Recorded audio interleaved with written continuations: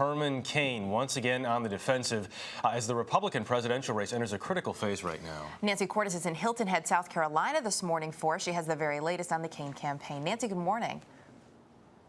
Good morning to you, Erica and Jeff. Her name is Ginger White. She's an Atlanta businesswoman, and she says that her affair with Herman Cain lasted for 13 years, ending just before he began his presidential campaign. She says she's coming forward to tell her story in part because she feels bad for the women who accused him of sexual harassment. It was pretty simple. It wasn't complicated, and I was aware that he was married. And I was also aware that I was involved in a very inappropriate relationship. 46-year-old Ginger White told Atlanta's Fox station, WAGA, that her relationship with Cain started in the late 1990s and that he flew her around the country for more than a decade to meet up with him as he traveled. In an interview Monday, Cain was asked about her claims. He said the two were just friends. Now, when you say friend, was it an affair? I mean, I'm asking these are awkward questions, but I'll ask you the questions you're going to be asked. Was this an affair? No, it was not. There was no sex? No. Cain's attorney, Lynn Wood, was less categorical, saying that a reported sexual affair is, quote, not a legitimate news story, and that Cain has no obligation to discuss these types of accusations publicly.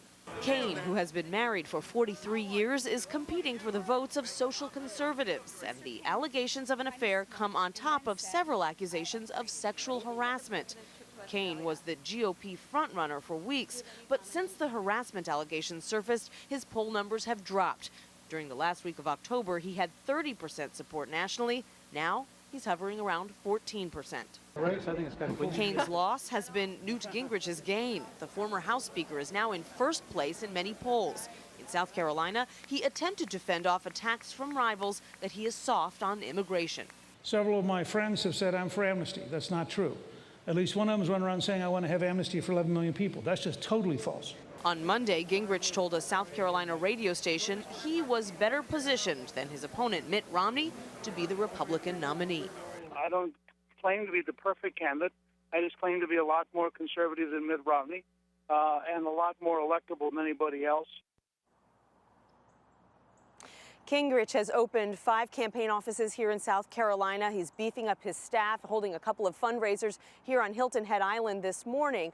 It's a far cry from this summer when his campaign was almost broke, when many of his top staffers quit all at once. He says now he's planning on making a real play for this state. Jeff and Erica? Nancy, I'll take it. Nancy in Hilton Head this morning. Nancy, thanks.